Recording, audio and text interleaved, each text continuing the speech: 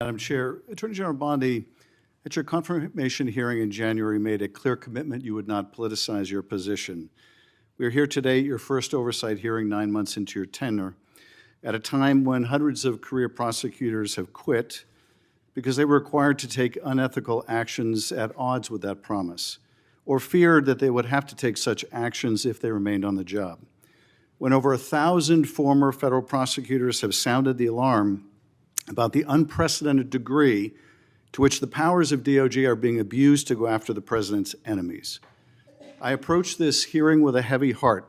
As a former federal prosecutor myself, I served in a department that, whether it was under a Democratic or Republican president, would never use the office to go after the president's enemies or to hide the corruption of his friends.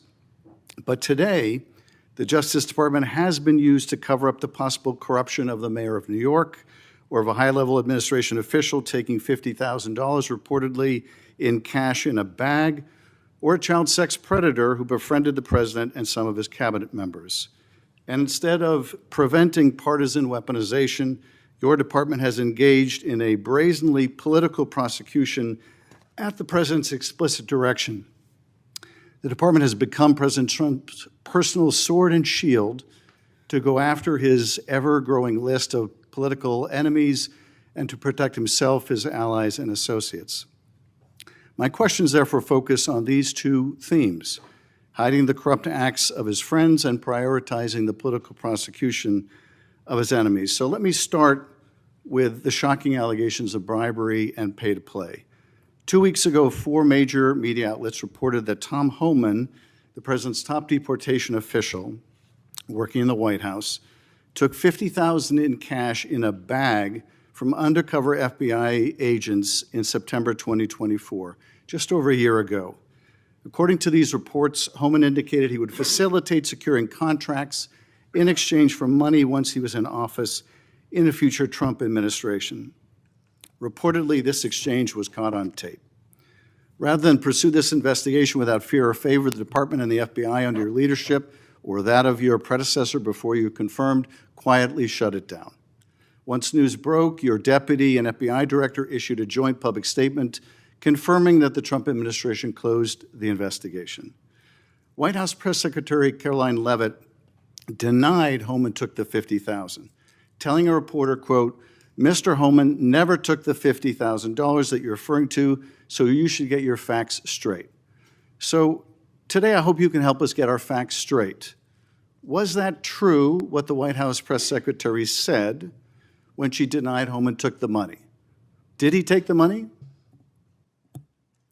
Senator Schiff, as I stated earlier, I was not in office. I was not confirmed when that was handled.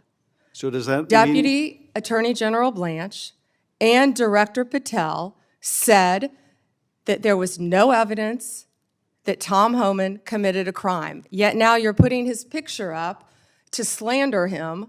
No, I'm putting his picture up showing an interview he gave with, I think, Fox, in which he was asked explicitly about these allegations that he took a $50,000 bribe, and he refused to answer. He said he didn't answer the question whether he took the money, so I'm asking you the question. Did he take the money? Senator Schiff, I answered that question multiple times. And frankly, Well, I don't think, with respect, I don't think you did. But in case I just didn't hear you, what is the answer? Did he take the money?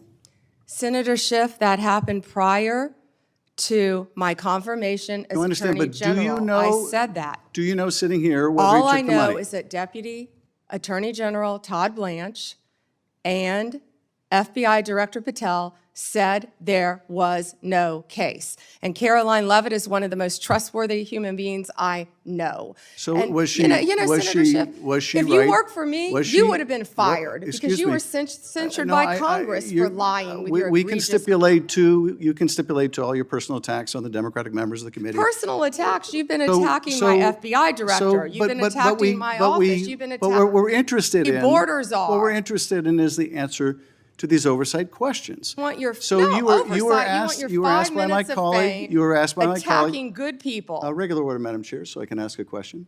You were asked by my colleague from Vermont whether you will support providing a video or audio tape, if it exists, of Mr. Homan taking $50,000 in bribe money from the FBI. Will you support a request by this committee to provide that tape or tapes to the committee? Yes or no? Senator Schiff, you can talk to Director Patel about that. Well, I'm talking to you about it. You're the Attorney General. This will be your decision. Will you You support? don't have to tell me what is my decision and what is then- not my then- decision. then- I and said you- and you you can don't talk have to to- Director you don't Patel. have to try to- You think you you've don't got a have to- gotcha with Tom Homan, our Excuse me, border czar, excuse me, you who's don't- been out there excuse me. fighting for our country Madam since Chair, Donald Trump took office. I'm trying to ask a question. Regular order, please.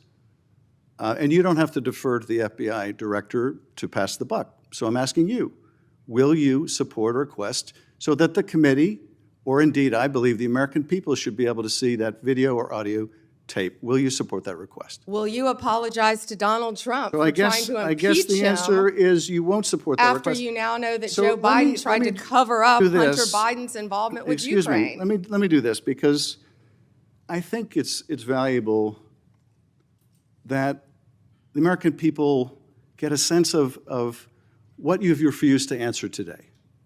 So these are just some of the questions you refused to answer, or have answered with personal attacks on members of this committee. You were asked whether you consulted with career ethics lawyers, as you promised you would do during your nomination hearing, when you approved the president receiving a $400 million gift from the Qataris. You refused to answer that question. You were asked who or what role you may have played, or who played the role in asking that Trump's name be flagged in any of the Epstein documents gathered by the FBI. You refused to answer that question.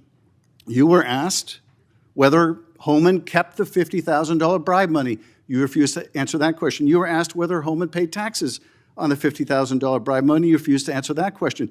You were asked, did career prosecutors find insufficient evidence to charge James Comey? You refused to answer that question.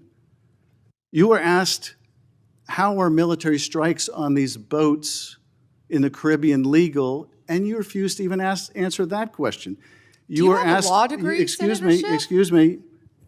You were asked, did you discuss indicting James Comey with the president? You refused to answer that question. You were asked, did you approve the firing of antitrust lawyers who disagreed with the Hewlett-Packard merger? You refused to answer that question. You were asked whether you support a restoration fund for violent insurrections to attack the Capitol on January 6th. You refused to answer that question.